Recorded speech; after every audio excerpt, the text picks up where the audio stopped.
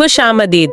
बराए मेहरबानी मेरी वीडियो आखिर तक देखें क्योंकि ये कल रात चलने वाले ड्रामा बादशाह गुलाम सुंदरी की 30वीं एपिसोड का तफसीली तज्जिया है और मैं ये सारी कहानी अपने अल्फाज में बयान करूंगी। और हाँ, बराए मेहरबानी मेरे चैनल को सब्सक्राइब करके मुझे सपोर्ट ज़रूर करें। हाँ, ये एपिसोड वाकई एक टर्निंग पॉइंट थी। इस बहस का मकसद ही इस बात को समझना है कि जब मोहब्बत और सादियों की गुलामी आपस में टकराते हैं तो नतीजा कितना खौफनाक होता है। बिल्कुल। तो आज का ये गहरा तज्जिया इस शदीद जज्बाती और तबकाती कशमकश पर मबनी है। सबसे पहले बात करते हैं वफादारी के खात्मे की। सही कह रही हैं। गुलाम और बादशाह की जो सादियों पुरानी दोस्ती थी ना, वो दरअसल एक ऐसी दीवार थी जो सुंदरी की मोहब्बत ने गिरा दी। अच्छा, मुझे तो ये बिल्कुल एक प्रेशर कुकर की तरह लगा जिसने मतलब आखिरकार फट कर अपना गुस्सा निकाल ही दिया।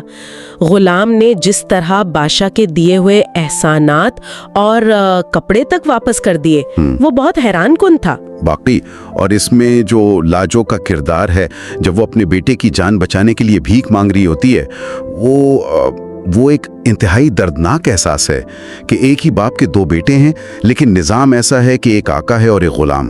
उफ, हाँ, ये इस निज़ाम की सबसे बड़ी और कड़वी हकीकत है।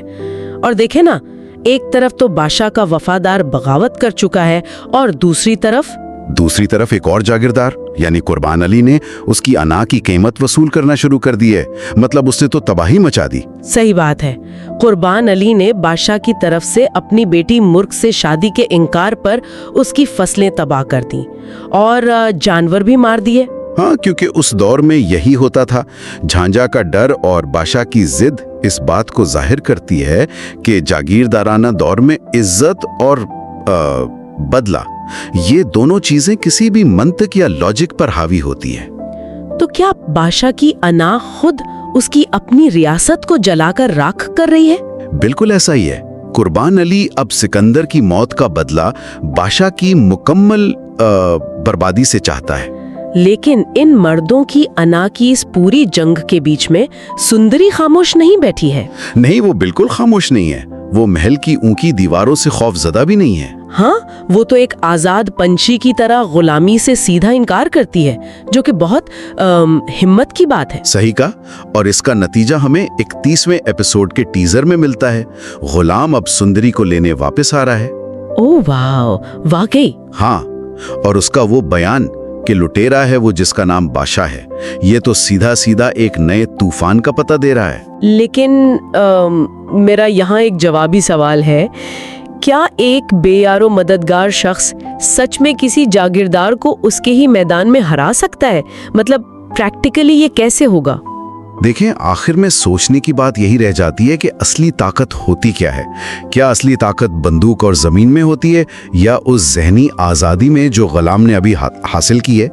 ताकत तो डर से आती है ना। सही। जब खौफ ही खत्म हो गया तो ताकत कहाँ रही?